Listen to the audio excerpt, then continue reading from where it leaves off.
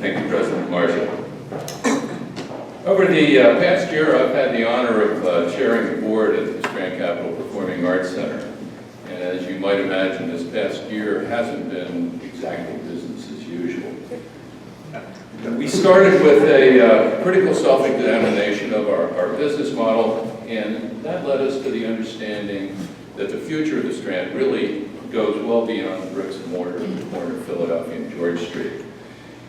We simply can't survive on ticket sales alone. We rely heavily on the Cultural Alliance. Everybody please keep giving to the Cultural Alliance.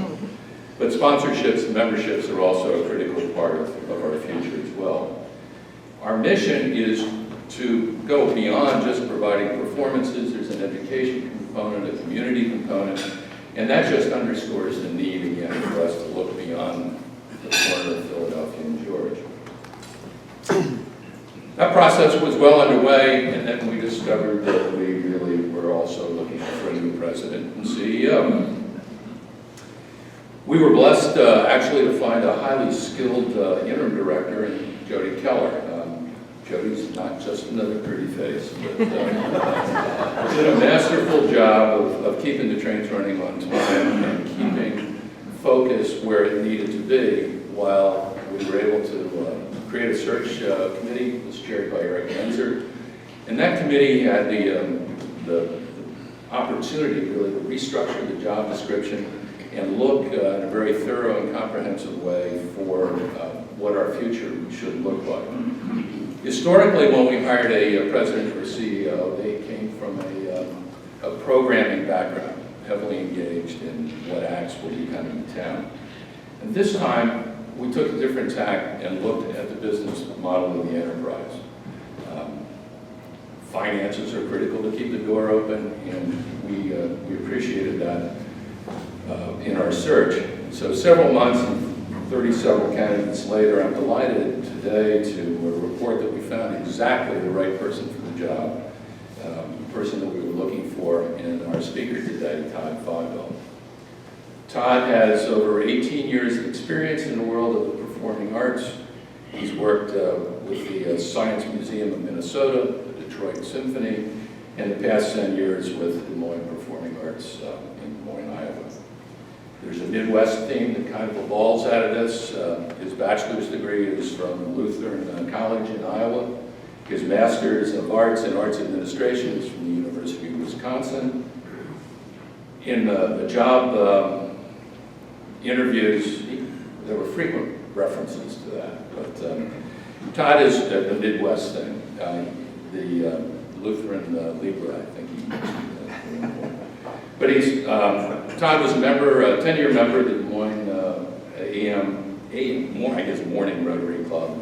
He chaired their community service committee. He's a Paul Harris Fellow and will be inducted into our club on August 2nd. Todd was also the president of the Mid-Iowa Planned Giving Council, chair of his church's board of benevolence, and is now going to be leading us to bigger and better things. Please join me in welcoming Todd to York and to the dais.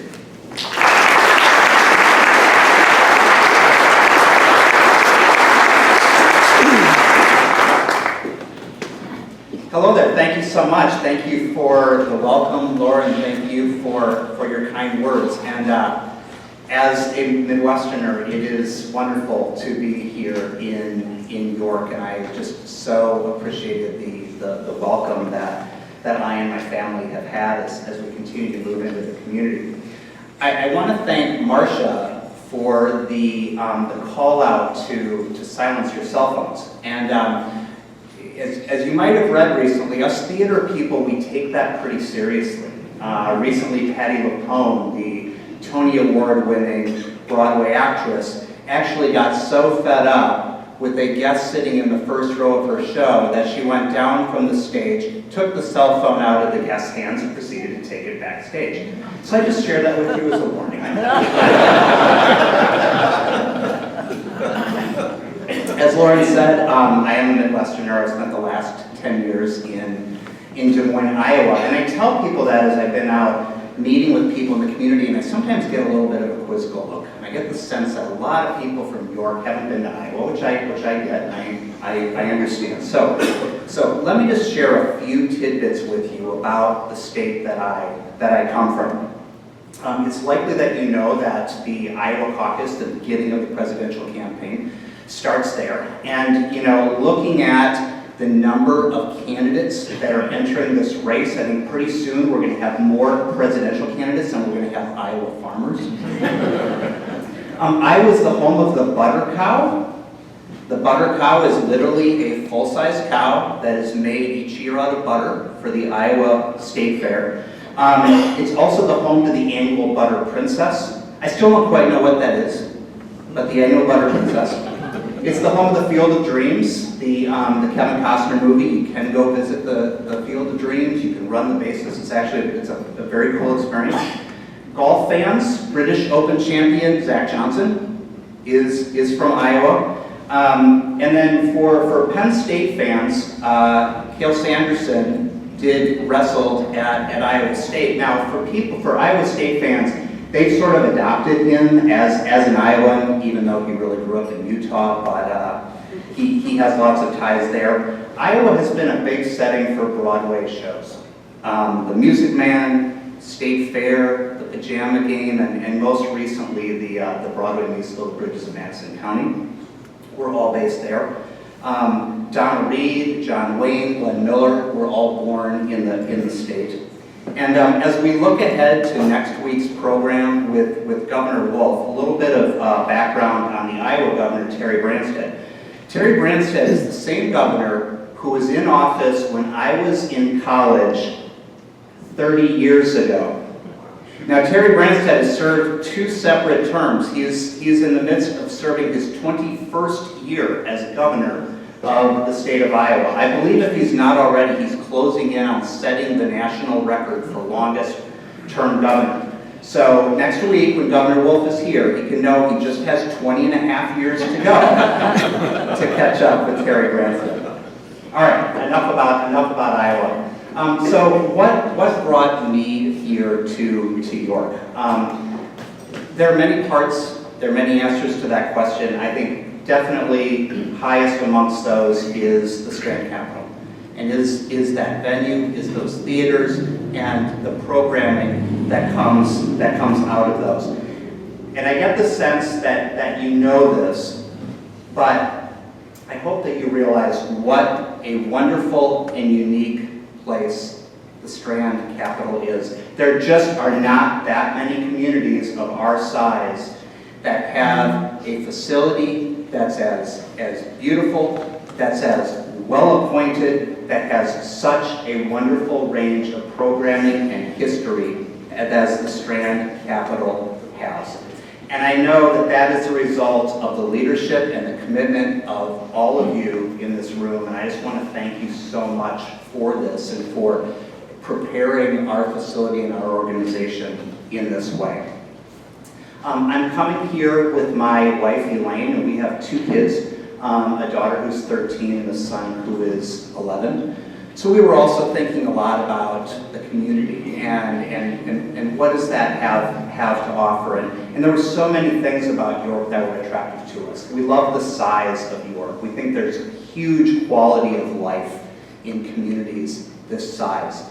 As we looked at the opportunities available for us and for our kids, I mean, that number is huge. There's wonderful education here, and obviously the proximity geographically to so much around us was a great draw. And then I sort of touched on this earlier, but one of the things that really stood out to me, very unique from any other interview experience that I've had, was just the warm welcome, going all the way back from the very beginning, that I and that we have received through this. And it says a lot about this community. And I want to thank you. As Lauren said, I'm in the process of joining the club, and I'm just really looking forward to meeting all of you, to getting to know you, and to working together on the Rotary mission. So I named my presentation the Strand-Capitol You Might Not Know. Now, keep in mind that with only a few weeks under my belt, then that title might speak more to me and my knowledge or lack thereof as it might for you. But some things about our organization that might not always be apparent in the community. We are a nonprofit 501c3 organization. We are a community asset, we're a community service. We do a lot educationally, as we'll talk about here in just a couple of minutes. I mean, we're officially recognized as a charity, and as Lauren alluded to, we have the opportunity and the great need to raise contributed support to support everything that we do. In fact, we need to raise more than $1 million every year to take care of these wonderful facilities, to bring the performance programs that we do, to do the things educationally in terms of community partnerships, etc. That's something with our organizations that's sometimes hard for people to get their heads around, because you might come to a show at our theater and spend $50, $60, $70 on a ticket, a lot of money. But most of that money, unfortunately, goes out the door, whether it goes out the door with the artist or with all of the various expenses related to bringing those shows here. It's a big deal for us when we make some money on a show. And really over the course of a whole year, if we can even reach a break-even point on our programming, it's hallelujah time. It's time that's something we are very excited about. So that contributed support is extremely, extremely vital to us. Some other things you might not know about the Strand-Capitol. We are the office and administrative home to several other nonprofit organizations, sharing and providing services to the York Symphony Orchestra, to the Weary Arts Group, to Poem Sugar, helping those organizations. Not every organization needs their own photocopier. We can share internet service, we can share phone service. We're trying to do that to help build up the whole community in that way. As well, we are a significant performance home to the community. The York Symphony does all their performances in the Strand. We host Greater York Dance's Nutcracker. We've been doing summer camp programs with Cal Weary and his group, a whole variety of community performances. And a lot of those are made possible by something we call the Community Support Fund.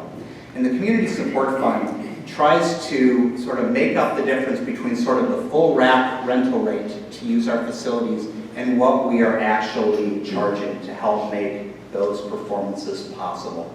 It's another service we provide to the community in helping to elevate the community and the arts and culture that we have. I'm really glad that Bria's here, that these scholarships have been given out to today, because one of the things that I'm most passionate about, and really the reason that I do what I do today, is because of the experiences in music and the arts in school that I had the opportunity to have.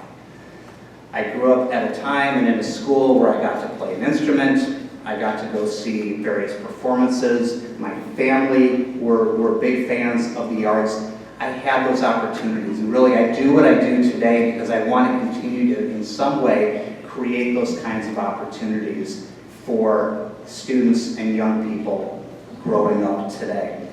And that was another thing that was a great draw for me in coming to the Strand-Capitol. We have some really exciting programs from K through 12 all the way up into college that we are doing. And just a couple things that I want to highlight and call out. One is called the Stage the Page program. And this is a multidisciplinary program. It happens in the spring. We send books out to schools. The York Symphony goes in and does a performance, and then all those students come to the Strand and see a live, professional, on-stage performance that's tied back to that book and to that topic.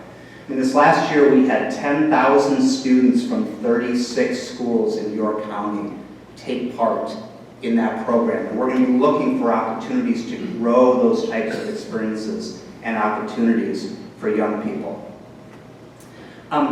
We are entering into the second year of a partnership with the William Penn Performing Arts Institute. We actually operate now that institute in partnership with the school district and with Dr. Holmes. The program had been closed due to funding, and we set up this partnership where we are bringing a full arts curriculum back into the Art Institute.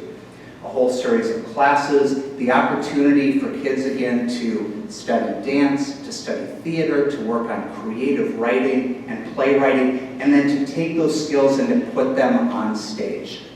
And we work with them putting together a fall play, a spring musical, and this year we're adding a musical review which is going to be going out into the schools. I'm just so pleased that we're doing this. I don't think that Dr. Eric Holmes can be with us today because he's just been a wonderful partner to us in getting this program and building that up.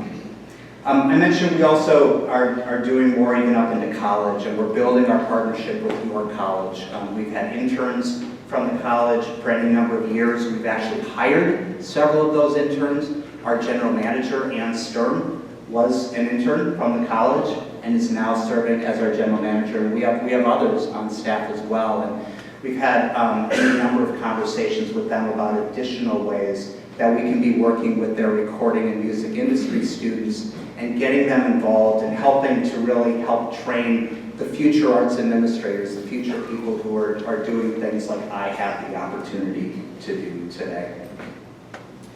So, I mean, I hope you know that we do everything we can to try to create a Strand-Capitol that's for the entire community. I hope that as you look at our brochure, as you come to our website, look at our programming, that you find things that are of interest to you, to your children, to your grandchildren. If you haven't been able to be involved with us, we'd love to have you come back. My business card is on the brochure. If you'd like to reach out to me, if you'd like to talk with me, if you have an idea, if you have a thought, if you have something you'd like to know, please feel free to reach out to me. Like I say, you're going to see me at these meetings in the coming weeks, but I'd be happy to meet and to talk with you more. With that, I'm going to wrap up and leave some time for questions or whatever else you have.